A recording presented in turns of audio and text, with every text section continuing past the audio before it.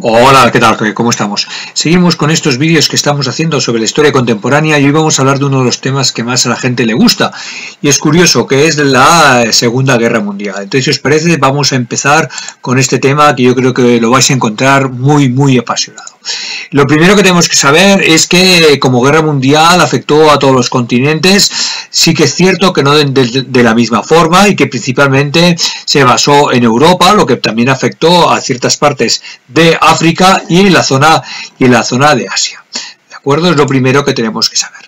En ella podemos hablar de dos grupos principales que estaban enfrentados. El primero hablamos de los aliados, donde había Francia, Reino Unido, la URSS y Estados Unidos como principales.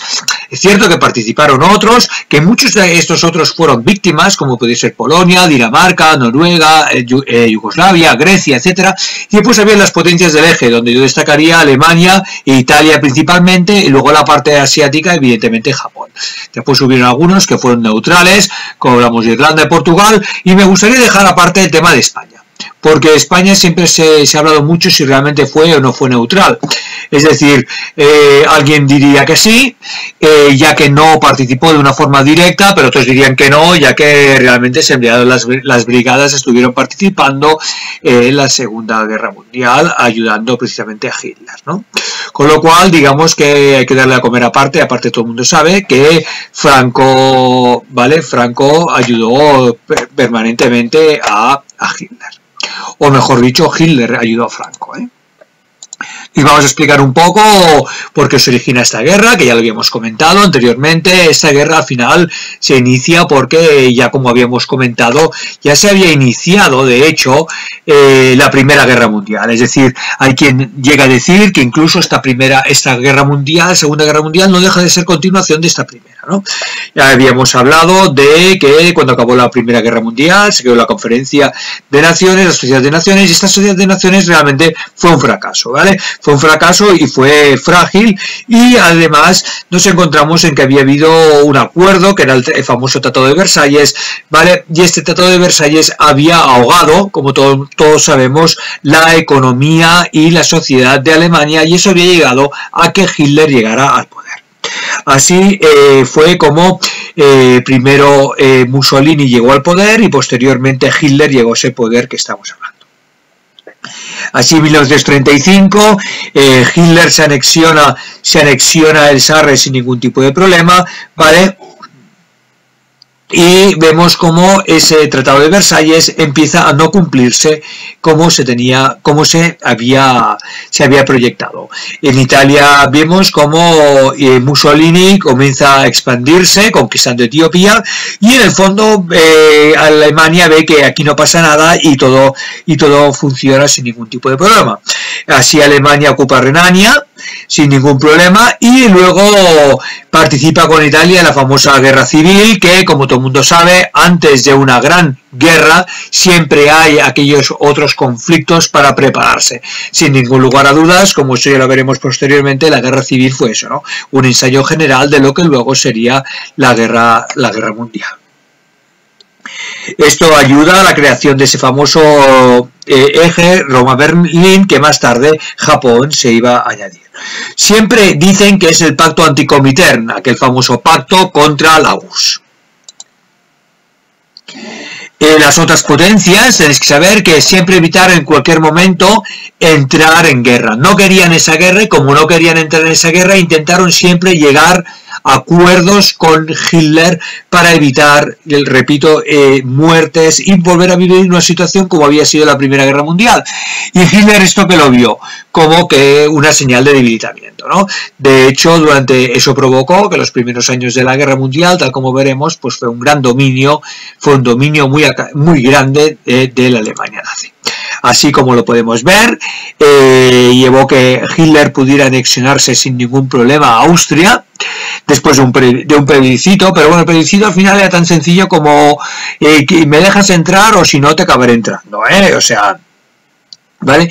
Y luego se produjo la anexión de Checoslovaquia y Italia ocupó Albania. Se firma un pacto de acero, tal como podéis ver, el famoso pacto de acero entre Italia y Alemania, y luego aquí hay un detalle que es muy importante, que es el pacto de no agresión entre entre Alemania y la URSS. A partir de aquí es cuando se provoca la invasión de Polonia, que es el hecho causante del inicio de la Segunda Guerra Mundial. Es decir, cuando Polonia cuando Alemania invade Polonia es cuando ya se inicia la Segunda Guerra Mundial. Aparte de esto, por lo que podéis ver aquí en la siguiente diapositiva, hablamos de cómo Japón se va expandiendo. Ahora nos parece mentira, pero hubo una época en que Japón fue expandiéndose y quería ocupar muchos más terrenos.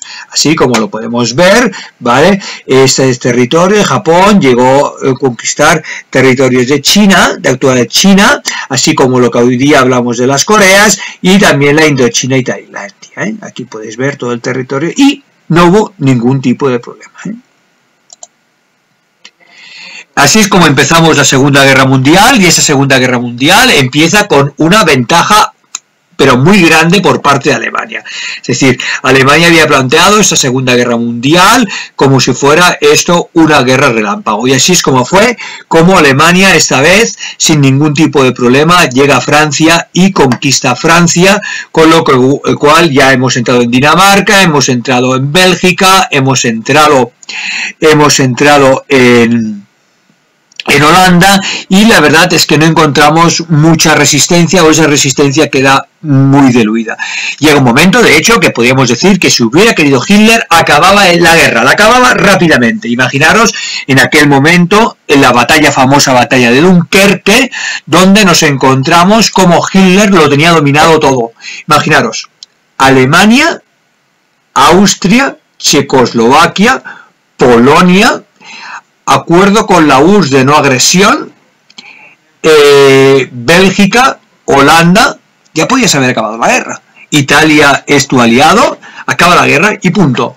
De hecho, incluso hubieron negociaciones hasta que nace un personaje que para mí es fundamental. Cuando digo que nace, evidentemente, que ya llevaba muchos años de trayecto, muchos, que es igual de loco que Hitler. Hablamos de Winston Churchill. Llega un momento en que Francia ya había visto cómo Hitler había entrado en París, había llegado a un acuerdo que es el régimen de cooperación de Vichy, ¿vale? Con el general Pétain, y es cuando el general de Gaulle ya decide irse a Inglaterra. Pero incluso en aquel momento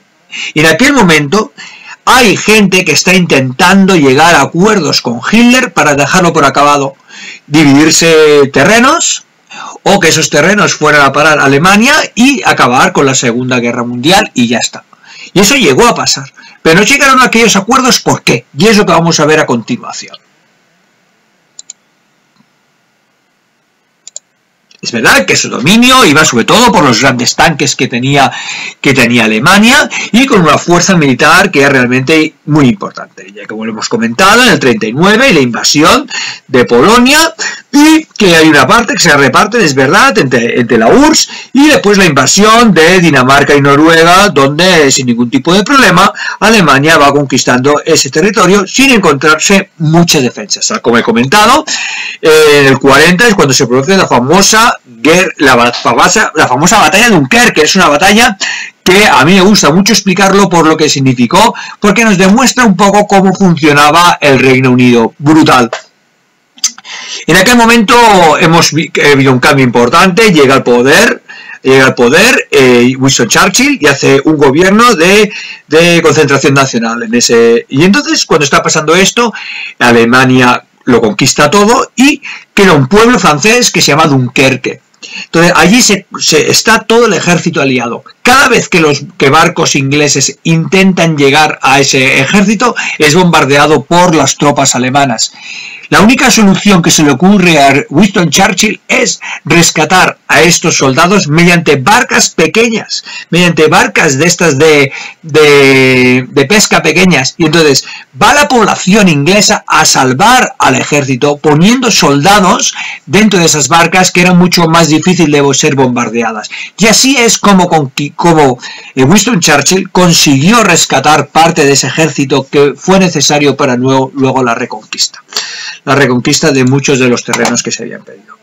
¿De acuerdo? Entonces, a partir de aquí es cuando en el 40 empieza la batalla de Inglaterra, esa famosa batalla de Inglaterra, donde lo que van a hacer sobre todo los ingleses es resistir,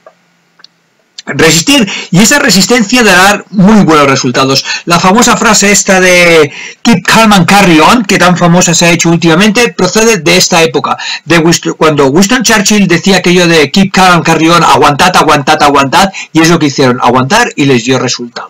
Así fue como los nuevos frentes de los Balcanes y en África del Norte, de momento Alemania iba ganando sin ningún problema. Pero es cuando en el 41, ¿vale?, se inicia la Operación Barbarroja, esa famosa, y ahí ya es cuando comienza a haber el primer gran error. Bueno, hay muchos errores por parte de Hitler, evidentemente, en una guerra todo el mundo hace errores, y aquí encontramos uno de los errores principales, que fue la Operación Barbarroja, porque entonces aquel pacto de no agresión que tenía entre Alemania y la URSS se rompió, y fue cuando empezó una parte de la guerra muy importante. La URSS, que utilizó la misma política que había utilizado con Napoleón, es la tierra quemada. Tal como yo os he explicado más de una vez, esto de tierra quemada consiste en cada vez que te invaden un terreno, tú quemas todas tus propiedades, lo quemas todo, no dejas nada.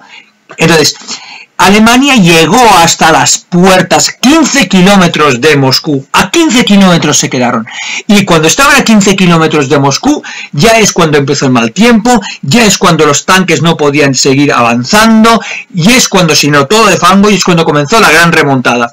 ¿Por qué? Porque los alemanes se encontraron de que no tenían comida, de que no podían avanzar, y estaban pasando hambre y mucho frío. A partir de aquí hubo una paralización muy parecida a la batalla del Marne de la Primera Guerra Mundial, y es cuando hubo la famosa batalla de Leningrado. Mientras también destaca como Japón entre la guerra como el famoso ataque de Pearl Harbor. ¿Cuál era el objetivo de ese ataque? Pues muy fácil, destruir toda la flota del Pacífico de los americanos. Así, de esta forma, no tendrían nadie que les pudiera hacer frente a los ataques para conquistar más territorio. Así fue como, tal como podemos ver, la guerra parecía dominada, y fue cuando hay una segunda fase, que es cuando Alemania comienza a perder territorio. Es cuando nos encontramos las derrotas alemanas de Stalingrado finalmente y la derrota del Kursk. Así es como van perdiendo ciertos territorios, también en el África del Norte sobre todo, y es cuando más adelante ya entra a participar los Estados Unidos. ¿De acuerdo?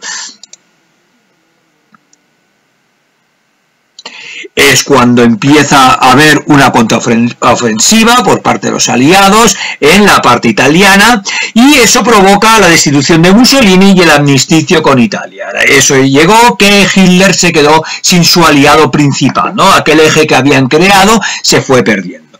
¿De acuerdo? Y fue en aquel momento, es un momento de recordar la lucha de los partisanos, cuando ahora oímos hablar de la canción Bella Ciao. La canción Bella Ciao viene de esta época, ¿no? De cómo los partisanos salían a luchar en contra de Mussolini, ¿no? Dice, porta mi via, cuando vuelva a casa, ¿no? Es una gran canción que vale la pena recordarla para recordar estos momentos y saber de qué. Es una canción famosa que vosotros sé que la estáis escuchando mucho, que estos días suena mucho, y es bueno que sepáis de dónde viene, ¿no? El origen de esta canción de los partisanos, ¿no? Que cantaba la canción esta, porta mi via, que llévame a casa, ¿de acuerdo? Entonces es bueno que sepáis cómo los italianos finalmente hicieron una revolución a Mussolini para sacarlo fuera de él donde estaba mandando. Así, finalmente, también en el Pacífico, vemos cómo los japoneses comenzaron a perder territorio, ya que los americanos hicieron un esfuerzo muy grande para reconquistar parte de su territorio. Mientras pasaba esto, es importante darnos cuenta que por primera vez hay una sensación de que puede haber una remontada y que esta guerra la pueden ganar los aliados. Es importante que aquí nos damos cuenta, hablamos de los aliados, ¿vale? Que no tiene que ver con la Triple Alianza, ¿eh? Ojo, no confundamos estos términos. Y como hay la conferencia de Teherán en 1943, donde está Roosevelt, Stalin y Churchill, y ya comienzan a planificar a ver qué va a pasar, porque esta guerra finalmente parece que sí que la podríamos ganar, ¿no? Finalmente, evidentemente, hay al final de la guerra, y sobre sobre todo es famoso, ¿no?, que el desembarco en Normandía. Me gustaría que os deis cuenta de un tema, de que es que hasta el 43-44 no entran los americanos en esta guerra. Parece que hayan entrado siempre, que hayan estado siempre luchando y que hayan sido los grandes triunfadores. Ojo. O sea, los americanos entran cuando ven que esta guerra está perdida, que van a ganar los alemanes, y tienen claro que si esto no es así, será porque los rusos ganan. Y ese detalle es importante, es decir, América por un momento tiene miedo de que si ganan los alemanes va a perder todo el dinero que ha invertido, y por otra, si ganan finalmente los aliados, los grandes triunfadores van a ser el loco de Churchill y el loco de Stalin. Y dice, claro, yo esto no lo puedo permitir y me tengo que meter. Claro, a veces nosotros tenemos la sensación de que esa guerra la ganan los americanos. Bueno, no olvidéis que muchas cosas las que se vemos de la Segunda Guerra Mundial es gracias a las películas. ¿Las películas de quién? De Hollywood, ¿de acuerdo? Y así es como se produce la liberación de París, ¿vale? Donde entra el general de Gaulle como gran francés, en el contrario de lo que había sido su gran, ¿vale? Su enemigo de último momento, ¿vale? Que había sido Pétain. Pétain, acordaros que era el que había creado el gobierno colaboracionista de la Alemania ocupada, del régimen de Vichy. ¿De acuerdo? Entonces, tal como podemos ver, el Ejército Rojo sigue conquistando terreno, y así es como en abril del 45 se ocupa Berlín. ¿Por qué en abril del 45? Esto es muy fácil, ese detalle no nos tiene que... los detalles son importantes desde es una guerra. ¿Por qué en abril del 45 y no antes ni después? La idea era acabar en el momento antes del 1 de mayo, que es la gran fiesta comunista por excelencia. Stalin necesitaba demostrar esa victoria a 1 de mayo, que es cuando los tanques están en la Plaza Roja, es cuando se demuestran las grandes victorias de los trabajadores, pues necesitaba esa victoria 1 de mayo. Hicieron todo lo posible para que sí fuera. Y así como fue en fechas como las de ahora, que el Ejército Rojo llega a Berlín, y ¿qué se encuentra? Pues se encuentra, bueno, una ciudad destruida, una ciudad que hasta el último momento luchó, eso hay que reconocerlo, y cuando encuentran un búnker debajo del Reichstag, y en ese búnker se encuentran los cuerpos muertos de Hitler y de su pareja Eva Braun, que se habían casado hacía nada, y muertos y calcinados después de ver que aquella Alemania nazi se había perdido. También murieron muchos colaboradores. Consejo la película El hundimiento como gran película que se puede ver también para ver el final del periodo nazi. Finalmente hay una segunda parte que es la continuación de la guerra en el Pacífico y cómo esa guerra fue ganada por los Estados Unidos, sobre todo a partir de las famosas bombas de Hiroshima y Nagasaki. Así fue como Japón firmó su capitulación en septiembre del 45 después de que hubieran tirado esas bombas. Hay quien dice que esas bombas se podían haber evitado, pero ¿por qué no se evitaron? Porque hay que comenzar a hablar de lo que vendrá a continuación, que será la Guerra Fría. Y una forma de decirle a los rusos, nosotros tenemos esta arma, vosotros no. Vigilad, porque es verdad que vosotros habéis estado mejor en Europa, pero aquí en el Pacífico hemos dominado nosotros. Y si os ponéis tontos, Stalin, que ya te estamos viendo, sabes que tenemos unas bombas. ¿Vale? Así fue como se tiraron esas bombas, ya no por los japoneses en sí, sino para explicarle al mundo que los que iban a dominar iban a ser los americanos. ¿De acuerdo? Y entonces a partir de aquí, tenemos que ver cómo hay un nuevo orden, ¿vale? Que ese nuevo orden, ¿vale? Será el que crearán, ¿vale?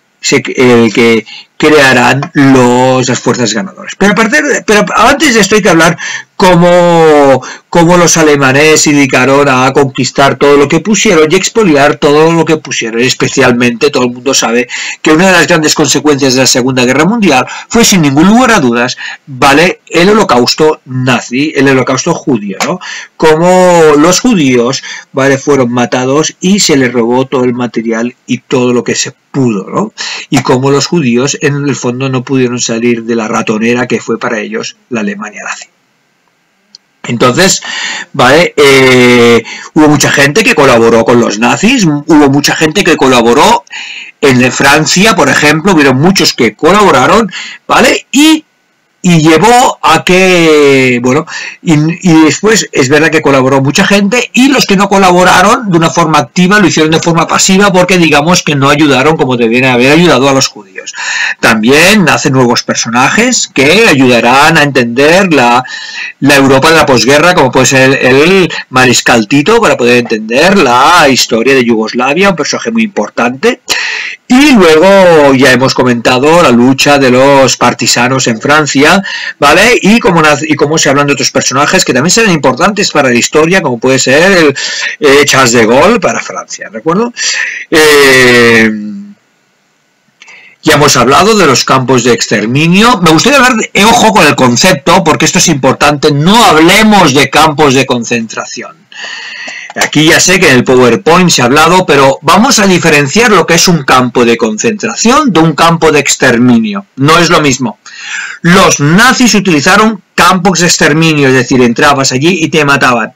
Hay campos de concentración que no tienen la idea de matarte. Es verdad que siempre los campos de concentración son malos y hay muchas muertes porque hay problemas de salud, etcétera, etcétera, etcétera. Pero son los campos de exterminio los que tienen un origen siempre de muerte. Hoy día en Europa hay campos de concentración. Para que veáis un poco la idea, el concepto este de campo de concentración, que a veces lo confundimos, ¿eh? Así es como hablamos de genocidio, ¿de acuerdo? Y eso provocó como el desplazamiento de pueblos que se consideran que eran inferiores, y hemos hablado del famoso holocausto, ¿de acuerdo? Los guetos que se crearon, el famoso gueto de Polonia, sin ir más lejos, ¿vale? Y cómo se va creando la solución final, que es el exterminio de esos judíos, que llevará al exterminio de más de 6 millones de personas. Esto que provocará el odio y la repulsa por parte de todo el mundo cuando vea que realmente aquellas ideas locas que tenía Hitler las había llevado a cabo y que habían provocado tantas muertes. Eso llevará pues, posteriormente, tal como sabemos, a la creación del Estado de Israel. Las consecuencias ya las tenemos muy claras, ¿no? Las consecuencias de muchas muertes. Ya vemos nuevamente que donde hay más muertes es en la parte rusa, ¿vale? Y aparte de los muertes, desaparecidos, ¿de acuerdo? Y colocó cambios de fronteras, ¿vale? Y destrucción, evidentemente. Las matanzas también hubieron por parte de los aliados, tampoco hay que olvidar que también hubieron muchas muertes nazis, pero realmente lo más fuerte, evidentemente, lo más duro fue ver los campos de exterminio que se habían creado. Eso creó a que se construyera un tribunal internacional y se creó el juicio de Nuremberg, el famoso juicio de Nuremberg, donde se juzgaron a aquellos nazis que habían quedado vivos. Esto es importante, ya que muchos se habían suicidado antes del juicio, ¿eh? Yo tuve la suerte, sí, yo creo que puedo hablar de suerte, de ver, a pesar de que me considero joven, de ver la cárcel de Spandau. Bueno, verlo por la televisión, ¿eh? Cómo allí vivía Rudolf Hess, una cárcel para él solo. Realmente era impresionante ver aquellas imágenes, cómo había el cambio de guardia, ya que aquella cárcel se dividía en la guardia cada trimestre, creo que era, entre las fuerzas aliadas, las fuerzas que habían ganado, es decir, Francia, Inglaterra, la URSS, Estados Unidos. La mayoría fueron condenados a muerte, aunque hubieron unos cuantos que sí que les concedieron la vida, para decirlo de alguna forma, y estuvieron en cadena perpetua en la cárcel esta de Spandau. Lo que pasa es que al final pues fueron muriendo todos y el único que quedó fue Rudolf Hess. Entonces, comentar también que hubieron grandes problemas de aprovisionamiento, ¿vale? Y comentar, pues esto, Estados Unidos se consolidó como hegemonía económica y la URSS se convirtió en segunda potencia nuclear. Esto llegó a que comenzáramos a prepararnos ya para lo que vendría, que sería la Guerra Fría. Entonces, la parte que digamos de Estados Unidos había podido imponer su ejército, se crearon unas democracias parlamentarias y un sistema económico capitalista. Por el contrario, aquellas zonas que fueron ocupadas por el Ejército Rojo llegó a provocar que la dictadura comunista, y fueron países que digamos que luego formaron parte del Pacto de Varsovia. Así hablamos de Yugoslavia, hablamos de Albania, hablamos de Checoslovaquia, lo que ahora sería Eslovenia, República Checa y Eslovaquia, y después todo lo que sería también, bueno, Yugoslavia, que hoy día sería Bosnia, Croacia, Serbia, etcétera. Las consecuencias también fue hubieron diferentes conferencias de paz, destaca Yalta, Teherán, etcétera.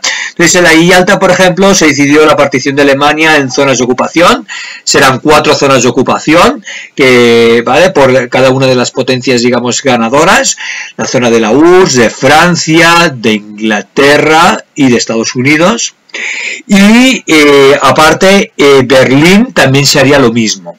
Así fue como se dijeron cuáles serían las reparaciones de guerra y la celebración de elecciones en los países liberados.